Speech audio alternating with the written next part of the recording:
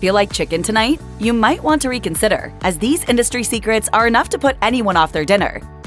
Here's some crazy numbers for you. The UN estimates that 70 billion chickens are slaughtered annually for the purposes of food consumption. Yes, billion with a B. With a population of just over 8 billion humans on the planet, this equals more than 8 chickens per person per year. What does all of this mean in terms of commerce? In 2022, the US saw sales of 168 million chickens at a value of $74.7 million, according to the USDA. Producers therefore breed countless birds in inhumane living conditions in order to provide enough food-grade poultry to feed the populace. And as the population grows all around the world, the demand for more chicken is set to grow right along with it. 99.9% of chickens produced for grocery stores come from factory farms, which often engage in inhumane practices. To provide chicken at quantity, an incredible number of animals are held and raised in space-restrictive areas. This can include the use of cages that are only slightly larger than the birds themselves, effectively removing their ability to move. A 2022 agriculture census from the USDA indicates that chickens represent more than 90% of all land-based animal farming, thanks to the mid-1990s ramp-up of chicken consumption over beef. Factory farming of chickens isn't unique to the US either, and farms all over the world enforce similar conditions on these animals. I've seen birds left for dead for days on end. Animal rights groups such as PETA and the ASPCA frequently draw attention to the inhumane practices used by chicken farmers. Footage of overcrowded pens or chickens kept in tiny cages provide ample evidence of the conditions under which these animals live. The smell is just putrid death. The companies that run these farms often claim that factory farming is necessary for farmers to maximize profitability while producing enough chicken to keep grocery stores stocked. It can be hard to picture how many resources it takes to run a commercial chicken farm. Feed, land, and medicine are all needed to raise, slaughter, and ship chickens. But one of the less considered elements of farming chickens is water consumption. According to the Water Footprint of Food Guide, a staggering 520 gallons of water are required to produce 1 pound of chicken. By comparison, 1 pound of corn takes only 148 gallons. This means that the 3-pound pack of chicken breasts in your freezer represents over 1,500 gallons of water consumption. Still, this quantity might seem more reasonable when you learn that every pound of beef produced consumes a whopping 1,850 gallons of water. As far as water consumption is concerned, chicken may actually be one of the better options for farming animals for food.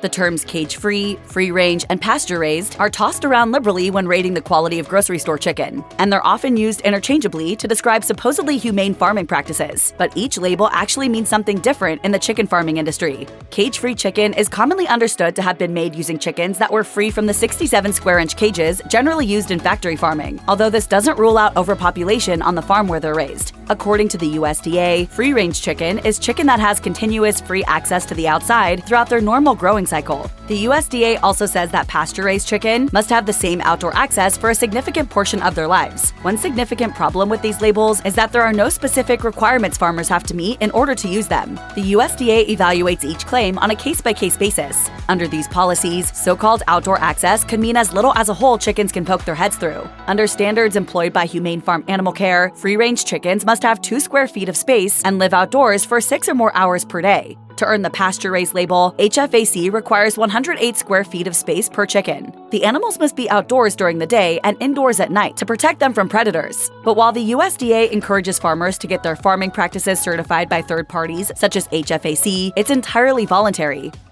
Over the last few decades, chickens have been growing larger.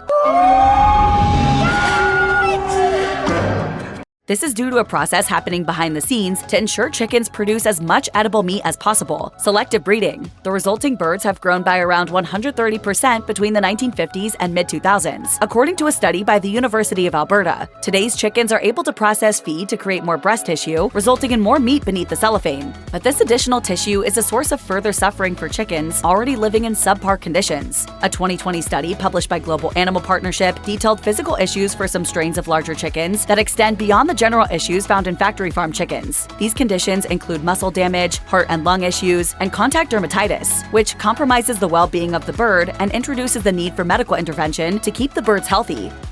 Keeping high numbers of chicken contained in such close quarters is a perfect way to spread illnesses that can easily decimate a population. This is why antibiotics are commonly used to mitigate the spread of disease and save the lives of sick chickens. Luckily, those medicines aren't going to turn up in your dinner. Chickens exposed to antibiotics are required to undergo a withdrawal period before being processed into food, and testing is performed to ensure that no antibiotics are present in chickens taken for slaughter. This ensures that the substances have been removed from the bird system when they arrive in grocery stores. So even though antibiotics are used in the farming process, chicken in the grocery store is considered to be antibiotic-free regardless of the brand you buy. What's the problem then? Well, regular use of these drugs has helped the bacteria they kill to become antibiotic resistant. Microbes such as E. coli have developed defenses that prevent antibiotics from destroying them, which endangers other animals, including humans.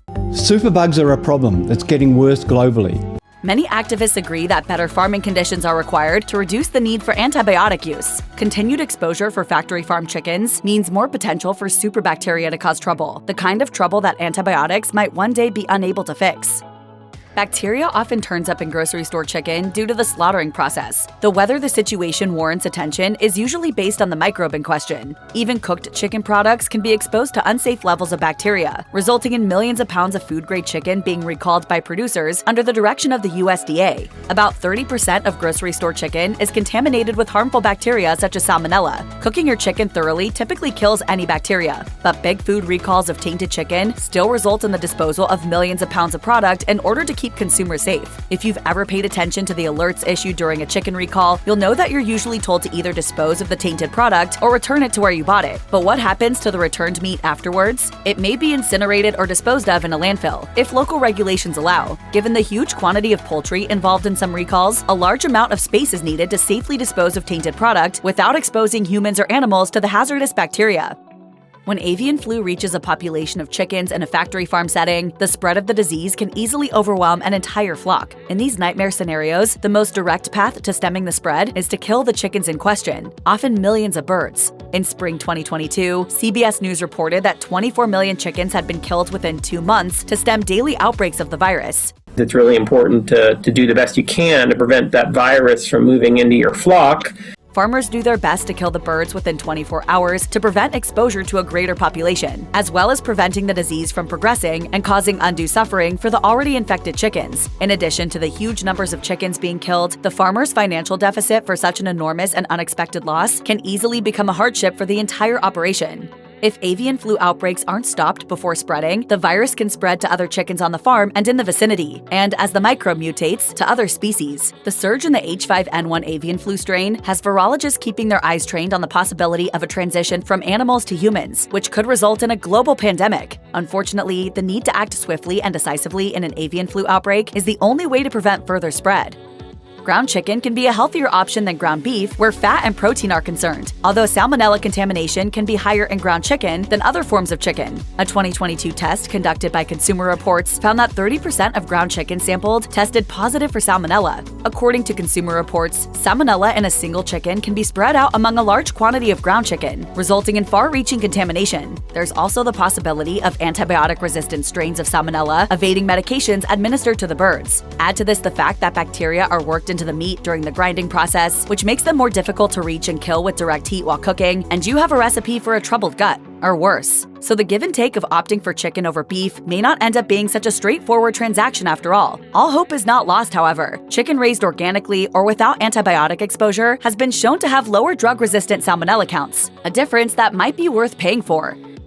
It's worth knowing that one often touted secret about the chicken industry isn't really true: the use of growth hormones in chicken breeding. The use of steroids and hormones to produce bigger fowl for more food sometimes becomes a heated topic. Without understanding how chicken breeding occurs, it's an easy reach to make. Something has to have happened to make poultry supersized over the years, and the idea that farmers are injecting chickens with growth hormones seems like the logical leap. But hormone use in chicken farming was actually banned by the USDA in the 1950s. Nevertheless, a survey released by the National Chicken Council in 2015 revealed that upwards of 80% of Americans were still under the impression that steroids and hormones were used in the chicken producing process. The confusion may arise from the use of hormones in beef production, which does still happen. In reality, no chickens produced as part of the food industry contain either steroids or hormones.